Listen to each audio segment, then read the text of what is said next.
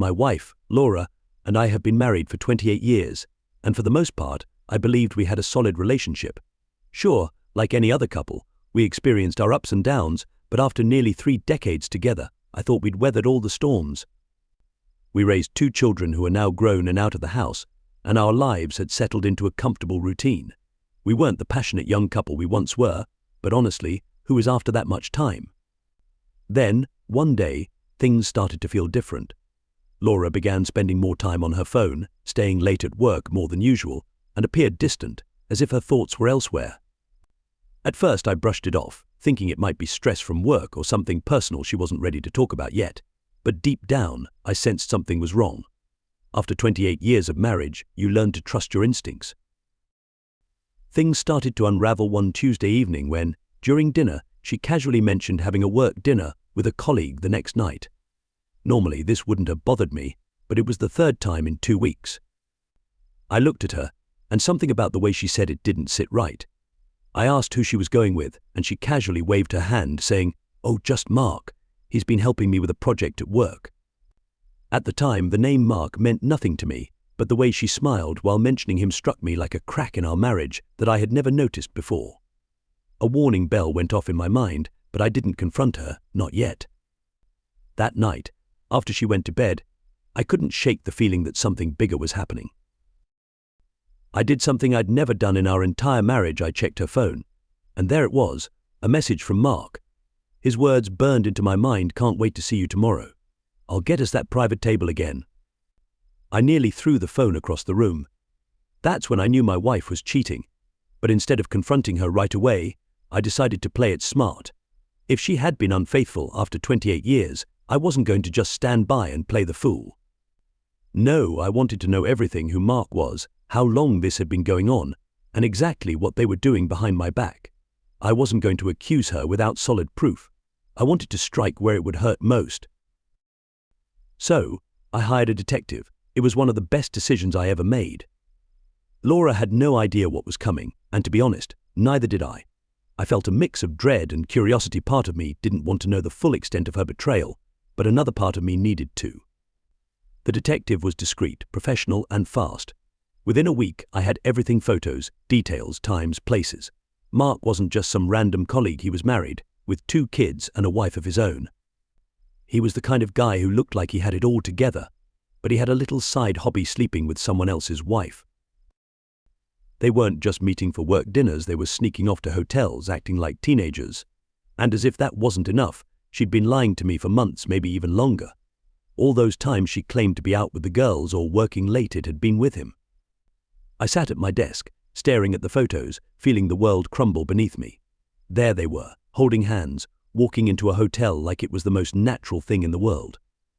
One photo even showed them kissing right in front of her car, as if she didn't have a husband waiting at home after 28 years of marriage. My first instinct was to confront her right then and there, to drive to wherever she was and expose everything in front of Mark, in front of anyone who would listen. But I knew that wasn't the way to play the long game. No, I needed to be smarter. She had no idea I knew, and I wasn't about to give her the satisfaction of seeing me lose control. So, I waited.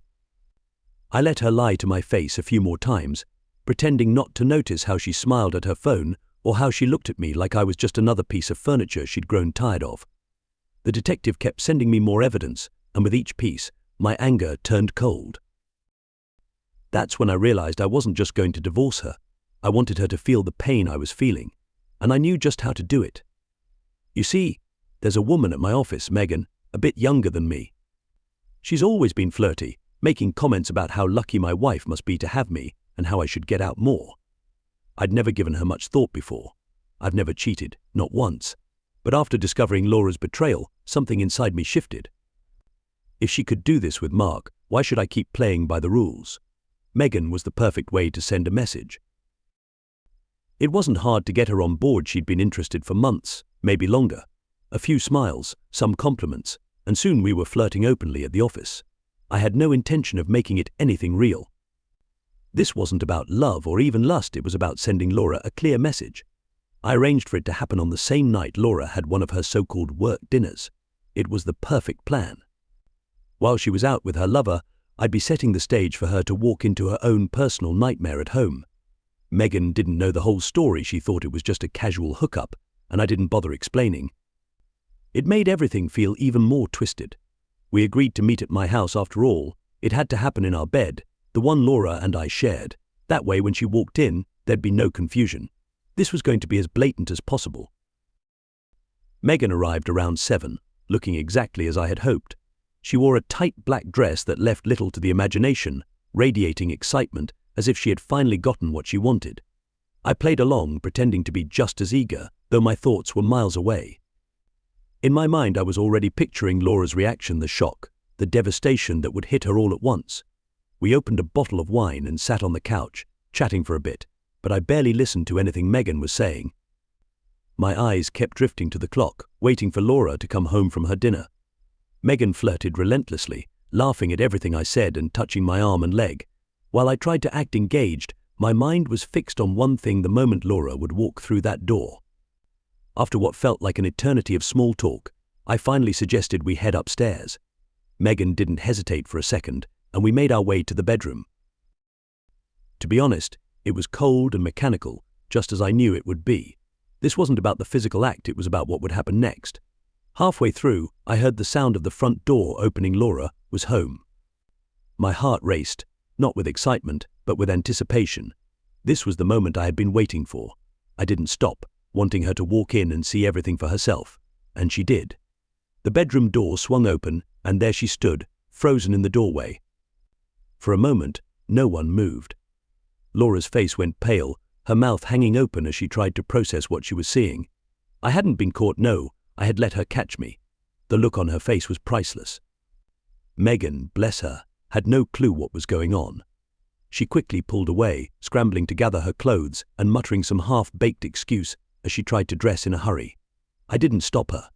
I wasn't interested in her anymore. My eyes were locked on Laura. Then the explosion happened. Laura's reaction was everything I had hoped for and more.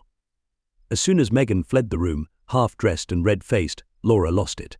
She let out this raw, guttural scream, the kind you only hear when someone's world is falling apart right in front of them.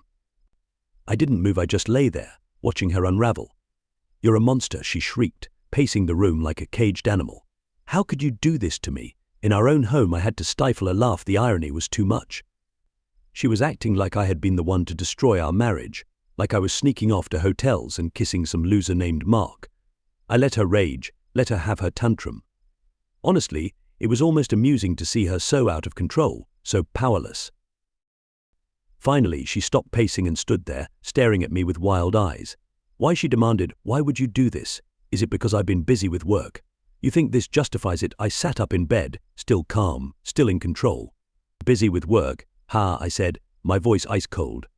"Is that what you're calling it now?" Her eyes darted around the room, clearly trying to figure out what I was implying. For a split second, I thought she might try to lie her way out of it. She had always been good at twisting things to make herself the victim, even when she was clearly in the wrong. But this time, there was no escape for her. "You've been screwing Mark behind my back for months," I said, my voice sharp and cutting.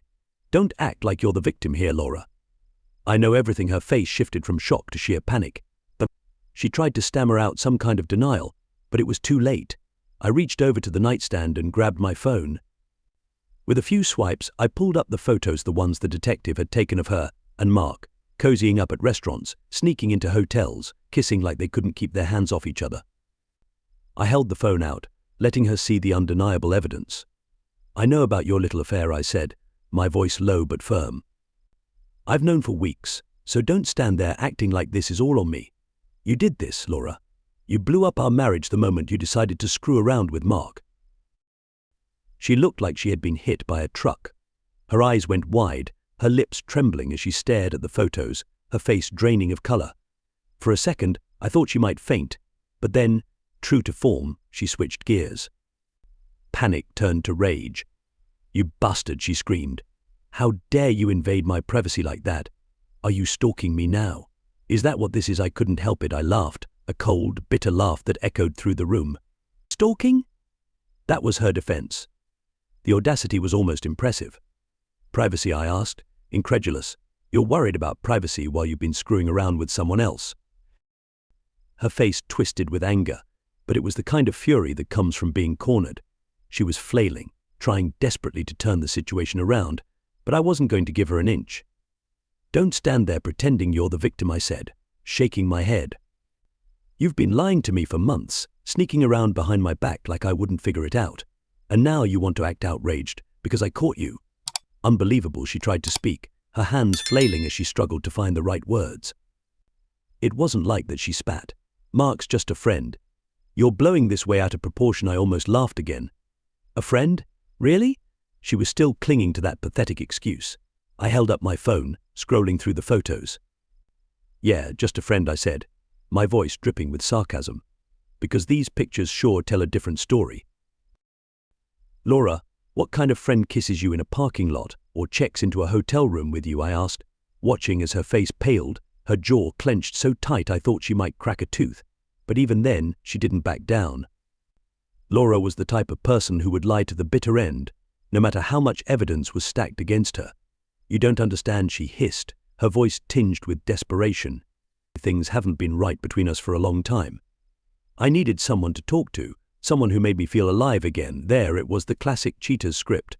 I'd heard enough stories from friends and colleagues to know how this would go. She'd paint herself as the wounded wife, claim I wasn't emotionally available, and insist she had no choice but to have the affair because of what I did or didn't do. The irony was that I had always been there, through every rough patch, through every moment of doubt. I was the one who stayed, who worked through the hard times, and now she was rewriting the story to make herself the victim. "You needed someone to make you feel alive," I repeated, my voice laced with sarcasm. "And that someone just happened to be your co-worker? I've been here, Laura. For 28 years I've been right here. But you couldn't talk to me, could you? No, you needed someone else to make you feel special." I could see it in her eyes. She knew she was losing.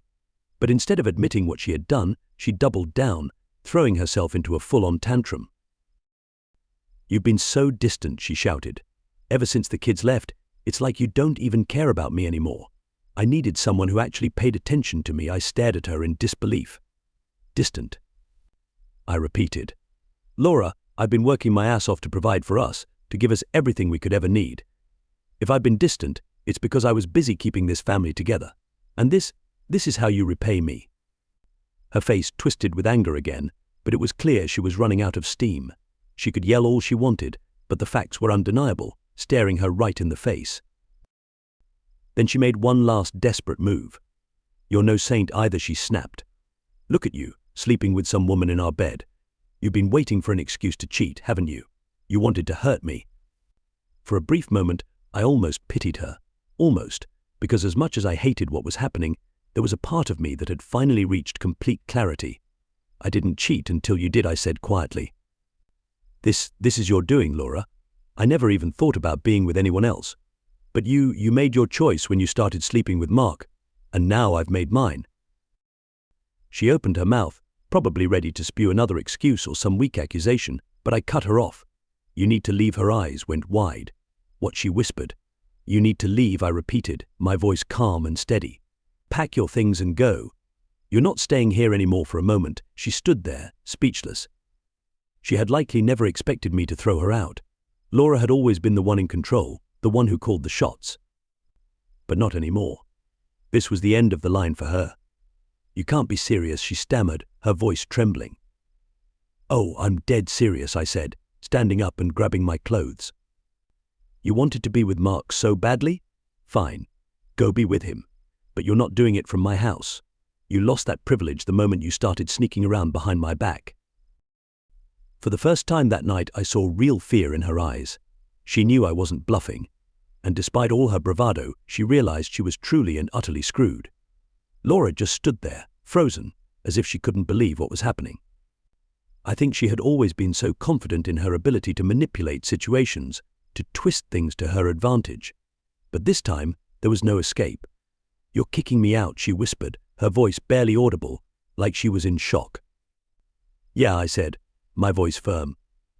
"You're leaving tonight. This is my house, and I'm done playing your games." Her face twisted in disbelief. "You can't just throw me out," she shrieked, her voice rising as she tried to regain control. "We've been married for nearly 30 years. You can't just kick me out like I'm some stranger off the street." I leaned against the dresser, arms crossed, unmoved. "Watch me," I said calmly. "I've put up with your lies, your cheating, and your bullshit long enough. You think you can sneak around with Mark and then come back here like everything's normal? No, not anymore. Pack your things and get out." She started pacing again, her hands flailing as she searched for the right words. "You're being ridiculous," she spat. "It's not like I planned any of this. Things just happened, and now you're overreacting." I couldn't believe what I was hearing. Overreacting, I asked incredulously. She had been sneaking around behind my back for months, having an affair with some loser from her office, and I was the one overreacting. "Let me spell it out for you, Laura," I said, my voice turning colder. "You cheated. You lied. You destroyed our marriage. And now I'm done with you. You're leaving, and I don't care where you go, but you're not staying here." Her face contorted again, desperation mixing with anger. "Where am I supposed to go?" she snapped. To his place she spat the word his like it disgusted her, but the irony wasn't lost on me. "I don't care," I said flatly. "Call him. Call a friend. Call a damn taxi." "It's not my problem anymore." She stood there in silence for a moment, trying to process what was happening.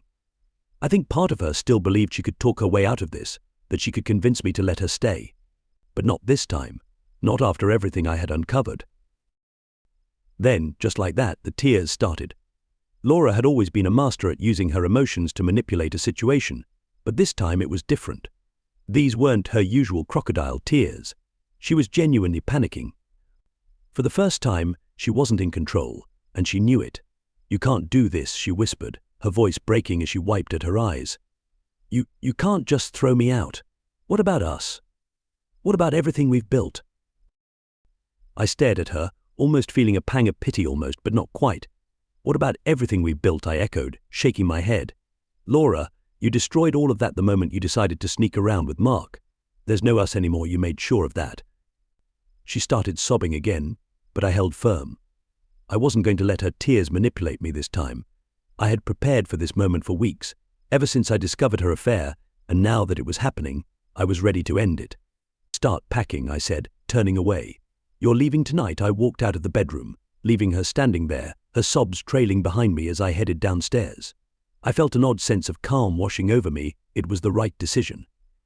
For too long I had been lied to, disrespected, and manipulated. This wasn't just about revenge, it was about reclaiming my life. I poured myself a drink in the kitchen and sat down in the living room, waiting.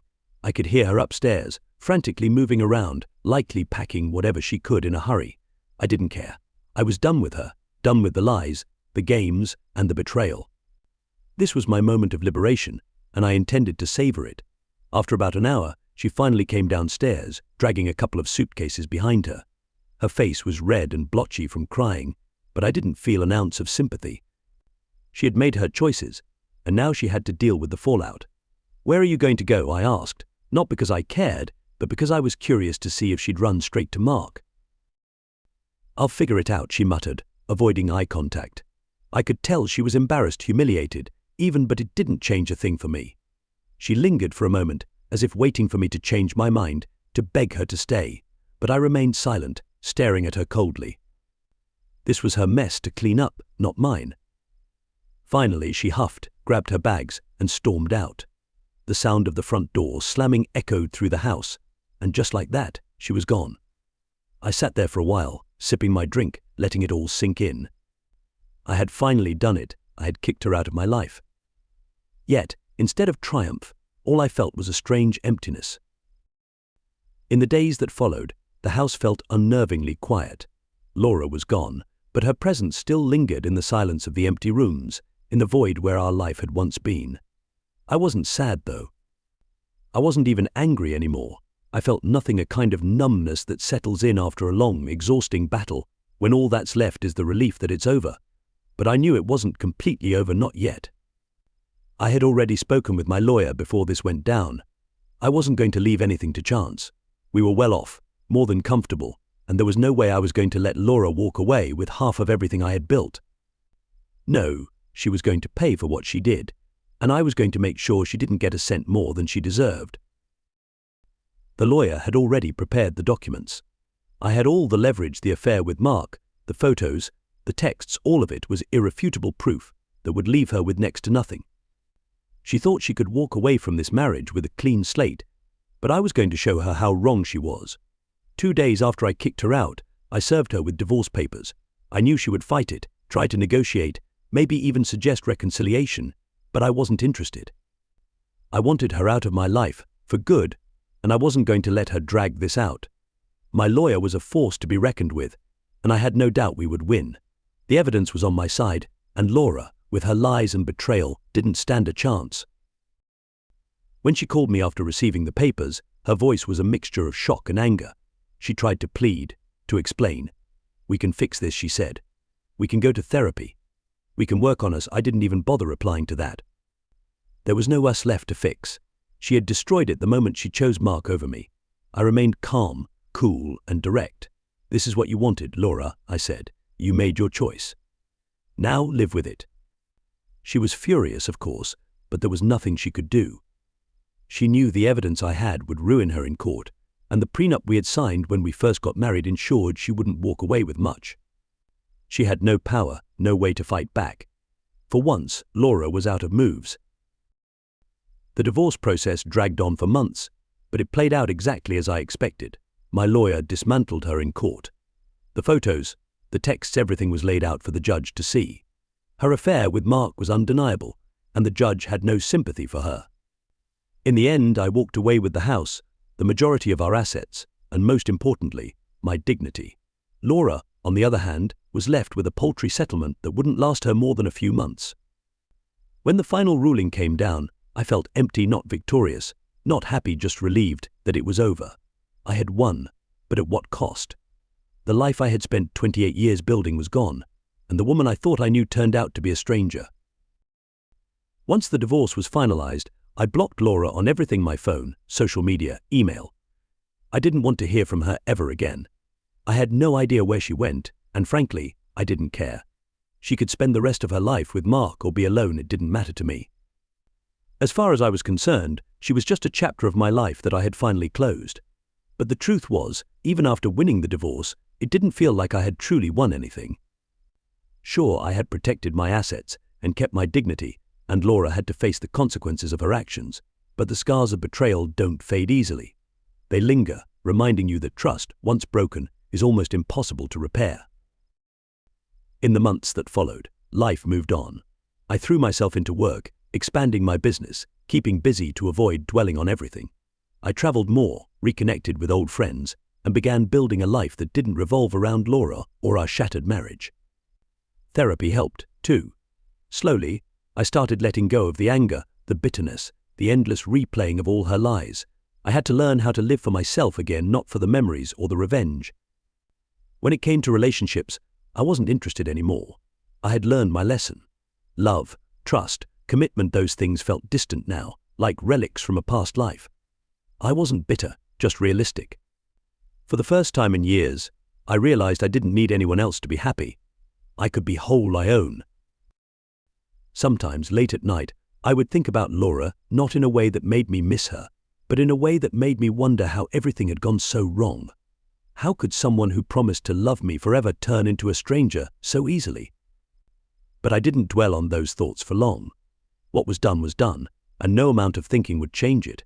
The truth is, life goes on, betrayal happens, people change, marriages fall apart. And as much as I had wanted revenge, and as much as I had gotten it, the real victory was in moving forward, in learning how to rebuild a life that didn't include the pain and the lies. I had won, but in the end, the only thing that really mattered was that I had survived. And sometimes, that's the best you can hope for. To anyone reading this who's going through something similar, trust your gut, protect yourself, and know that one day you'll make it through to the other side. Maybe a little scarred, maybe a little wiser, but definitely stronger. Thank you for your incredible support and for following my stories here on YouTube. Your enthusiasm and feedback mean the world to me. Stay tuned for more exciting tales. Warm regards.